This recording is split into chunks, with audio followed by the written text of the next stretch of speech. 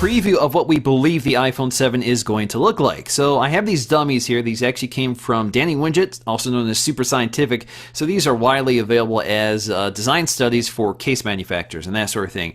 But this pretty accurately reveals what we're going to see this Wednesday when the phone is announced. So I didn't want to be the only one that didn't cover these dummies, so let's dig in to see what is new. So obviously, once again, we have two sizes, 4.7 inch and 5.5 inch, and for the most part, they have the same dimensions. The design differences are fairly minor, so they really consist of new antenna designs, new camera modules, as well as the elimination of the headphone jack.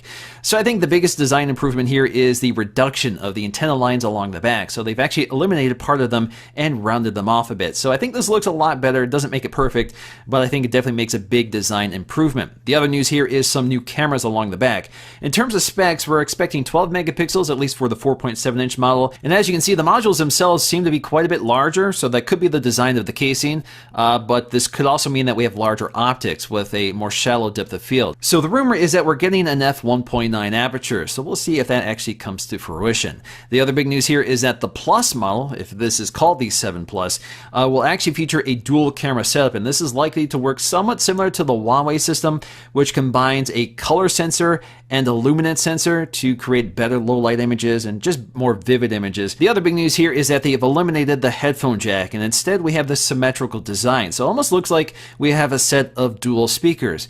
But we're not sure if we're actually getting a set of dual speakers. According to the diagrams, we're not actually seeing a speaker behind these outlets, so hopefully it's more than just cosmetic, because that would be kind of disappointing if there's actually nothing behind them besides one microphone. There's also a rumor that we'll also have a more flush home button, so we're going to see if that's the case, but otherwise the design on the front pretty much looks identical to the current phone. The buttons along the side are also the same, so we still have a mute switch, and the power button is also in the same location, along with the nano SIM tray. In terms of specs, we should get the new A10 processor, perhaps 2 gigs of RAM, and we may see a 256 gig capacity option for the Plus models. And as always, colors are a big story with each new iPhone, so we're expected to get 2 new colors, a darker space gray and space black. So we've seen a darker space gray before, we've seen it on the Apple Watch, and we've seen it on the iPod, so we're finally seeing it on the iPhone. Space black is also a color we've seen before on the Apple Watch, which is actually one of my favorite colors, and I'm really excited that's finally making it to the iPhone. It's going to be a very different look for the iPhone because it has a glossy finish instead of the anodized finish that the iPhone has always had. Although Apple is expected to include a headphone adapter with the iPhone 7,